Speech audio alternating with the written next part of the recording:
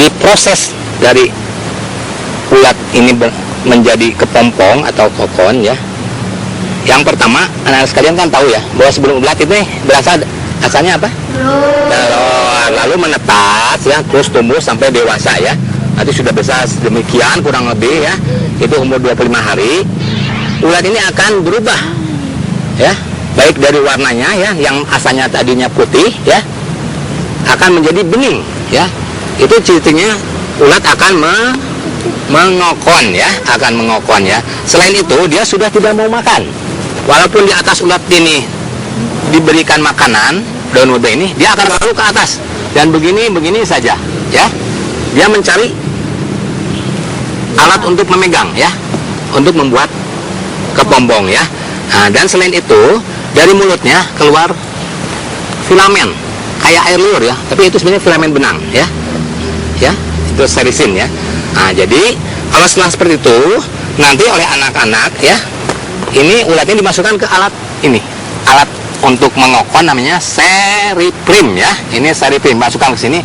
Atau kalau ulatnya banyak nanti dibiarkan aja ini di atas ulat, dia akan masuk sendiri ke rongga-rongga ini.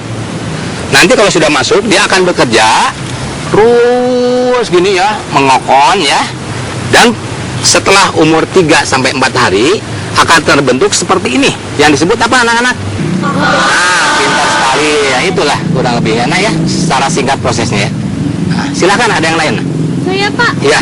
Kenapa Bapak memilih bibit dari Cina? Ya karena bibit dari Cina yang paling baik. Pintar ya, itu pintar sekali ya.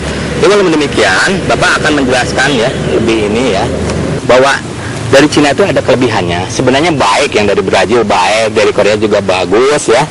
Cuman yang dari Cina itu dia punya adaptasi yang cukup baik di Indonesia ya, karena faktor iklim, makro dan mikronya akan ada kesesuaian. Selain itu dia mempunyai daya produktivitas atau tingkat produksinya sangat tinggi. Nah, sehingga dikembangkanlah dan direproduktiflah oleh para breeder di Indonesia yang ada di KPSA Sopeng, Sulawesi Selatan, dan PPUS Candiroto yang ada di Semarang ya. Telur-telur jenis C301 yang induk utamanya itu dari kemana? Cina ya. Jadi demikian ya. Mungkin ada yang lain untuk sementara, silakan. Sudah bagus Pak. Kalau begitu diskusi ini cukup sekian. Untuk selanjutnya kami persilahkan untuk pada Bu Guru. Pak Ridho, terima kasih atas penjelasannya. Saya kira anak-anak juga sudah cukup paham. Bagaimana kalau kita sekarang ke tempat pemintalan, Pak? Baik, baik. Baiklah anak-anak, ayo kita sekarang pergi ke tempat pemintalan. Ayo.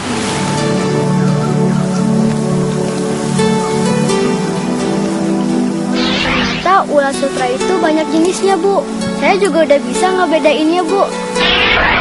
Ternyata ulat sutra ini bisa dikembangbiakan di negara Cina, Thailand, dan Korea. Ternyata ulat sutra kalau tinggal di pohon murbai, hidupnya tidak akan lama karena dimangsa binatang lainnya. Ternyata ulat sutra hanya bisa memakan daun murbai. Ternyata ulat sutra tidak gatal seperti ulat lainnya. Saya saja jadi mengerti tentang proses metamorfose tadi ulat di dalam. Ternyata bibit yang paling unggul itu bibit dari Cina. Ya, anak-anak ya, kita sekarang sudah sampai di tempat pemintalan benang sutra. Tadi kan ada yang bertanya sama Bapak ya, Pak bagaimana nih mengolah benang dari kokon ini ya. Nah sekarang baiklah Bapak akan jelaskan ya. Nah jadi proses pertama ya pembuatan benang dari kokon ini, yang pertama itu perebusan atau cooking ya, yang di sana oleh Pak Tata tuh ya, cooking ya. Nah itu lamanya kurang lebih 20 menit ya. Nah, fungsinya yaitu untuk menghilangkan zat perekat serisin atau seperti lem ya. Nah, sehingga bisa diambil ujung benangnya. Keduanya proses brushing. Jadi setelah di cooking dibawa ke sini oleh Kak Ani, ini diambil ujung benangnya. Ini namanya proses brushing ya. Nah, setelah jadi ini benangnya sudah terambil ya. Nah, nanti dibawa oleh Kak Ani ya. Nah, oleh Kak Ani ke tempat pemintalan, ke sana Kak Ani dibawa ya. Nah, ke tempat pemintalan atau reeling istilahnya ya. Nah, seperti ini ya.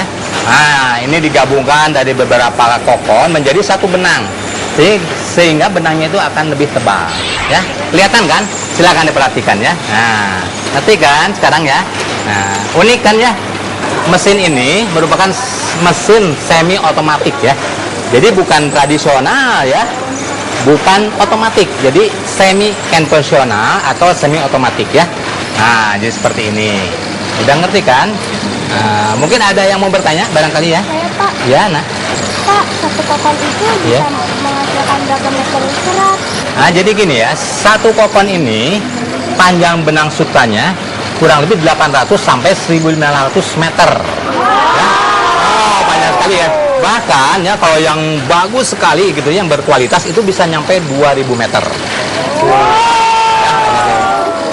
Udah kan, puas kan?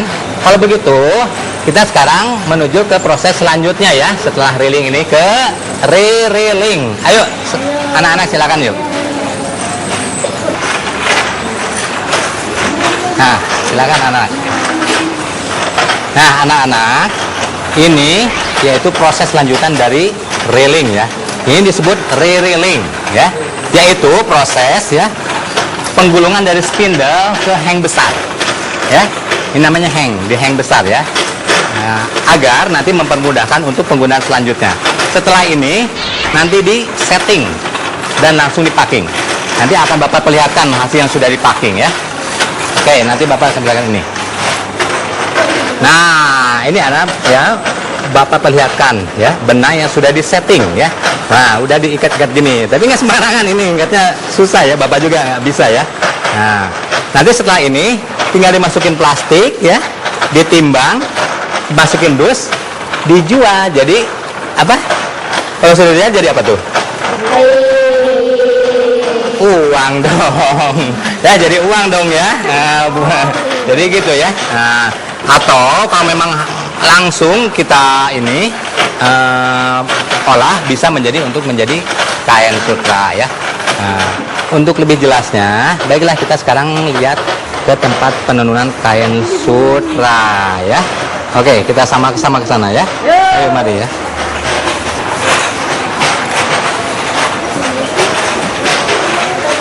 Nah, kita berkumpul sini dulu ya. Nah, silakan ya. Ayo, melingkar ya supaya enak ya. Supaya... Oke. Nah, anak sekalian ya. Sekarang kita sudah sampai di tempat tenun kain sutra. Semuanya ya. Nah, jadi di sini pun sama ya. Seperti halnya di tempat pemintalan benang ya. Di sini pun ada berbagai proses sebelum kita menenun benang menjadi kain sutra ya. Nah, di sini ada yang sebut nanti proses honey ya. Nah, tapi bukan honey ya, bukan madu ya, honey ya. Nah, juga ada nanti proses malet di sana, kakak-kakak nanti mempertunjukkan. Setelah itu terbentuk, nanti kan ada dari honey itu kita mendapatkan benang lusi ya. Terus dari malet kita ada benang pakan. Karena pada prinsipnya menenun itu menganyam. Ngerti kan nganyam ya anak-anak ya?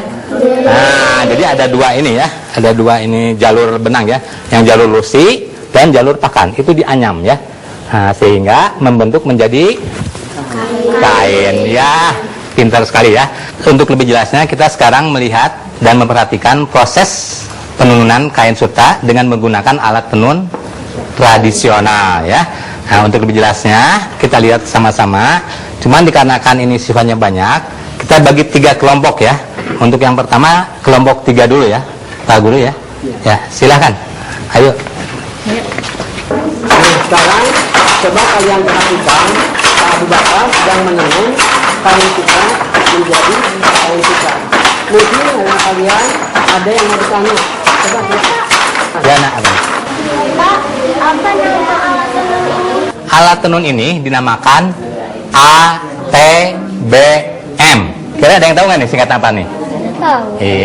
ATBM itu yaitu alat tenun bukan mesin. Ya, jadi memang ini tradisional sekali ya. Nah, jadi tidak menggunakan mesin, tapi hasilnya akan lebih bernilai seni yang lebih tinggi ya dan lebih eksentrik ya. Nah, oke, ngerti semua? Nah, kalau demikian, mungkin ada yang mau nyoba, silakan anak. Boleh kalau mau. Silakan. Ayo, silakan. Nah, ini Pak Abu Bakar dikasih tahu, silahkan.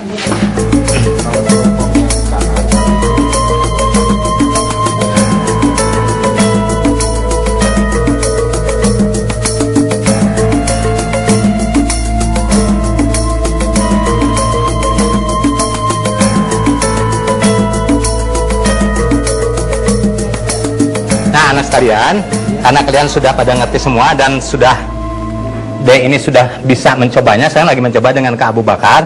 Bapak sekarang mau ke kelompok yang lain ya? Ya, oke ya. Nah, anak-anak kelompok 1, sekarang kita ada di tempat pemaletan benang suta ya. Di sini